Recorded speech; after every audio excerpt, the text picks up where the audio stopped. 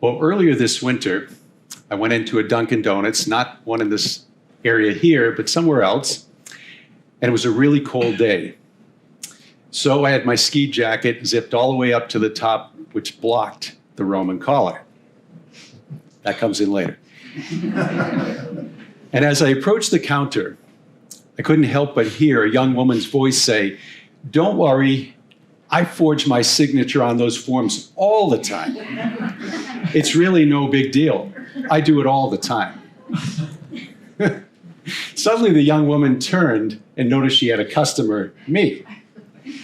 And knowing that I had heard her, she went on to say, "I guess you heard that."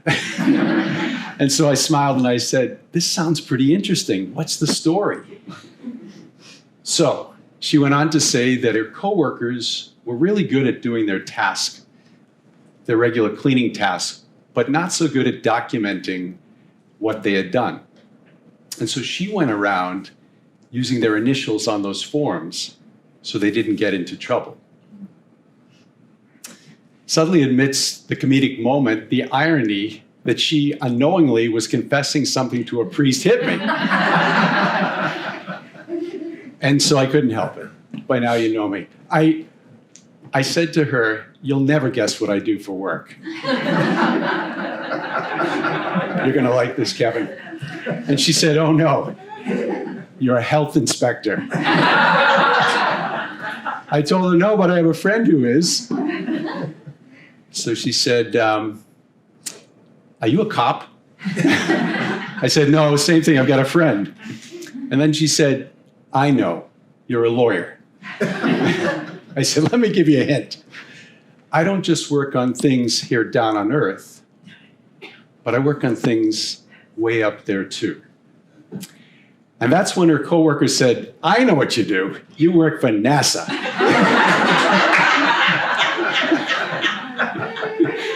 I only wish we had a camera rolling. So when I composed myself, I said, "You know what? Today is your lucky day. I'm a Catholic priest. And I talk with people all the time about how to take things that deep down we know aren't right, but we still do them. And I try to help them with God's grace to make them right with God so that they can get back on track in life." I said, whether it's something small, this little catechesis, like a venial sin, or something big, like a mortal sin. Well, in today's reading from the book of Exodus, the people have done something a lot more serious than signing a cleaning document for their coworkers.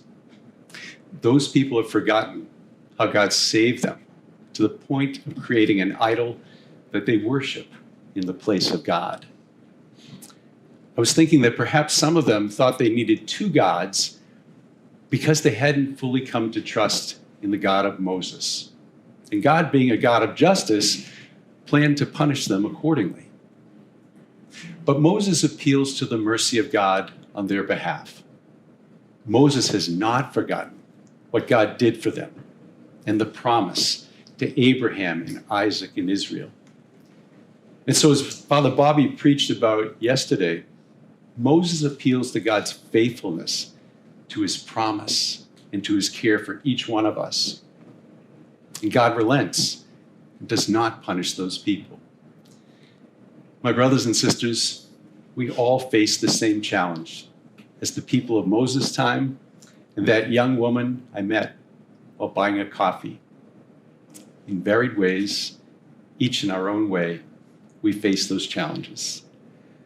What God calls us to, especially during this Lent, is to trust, to really trust in his care for us, to trust him enough to follow his commandments, and when we have fallen, to seek his mercy in confession, perhaps spurred on through the most unexpected conversations in places like a coffee shop. My brothers and sisters, may we never forget God's loving promise and his mercy for each one of us.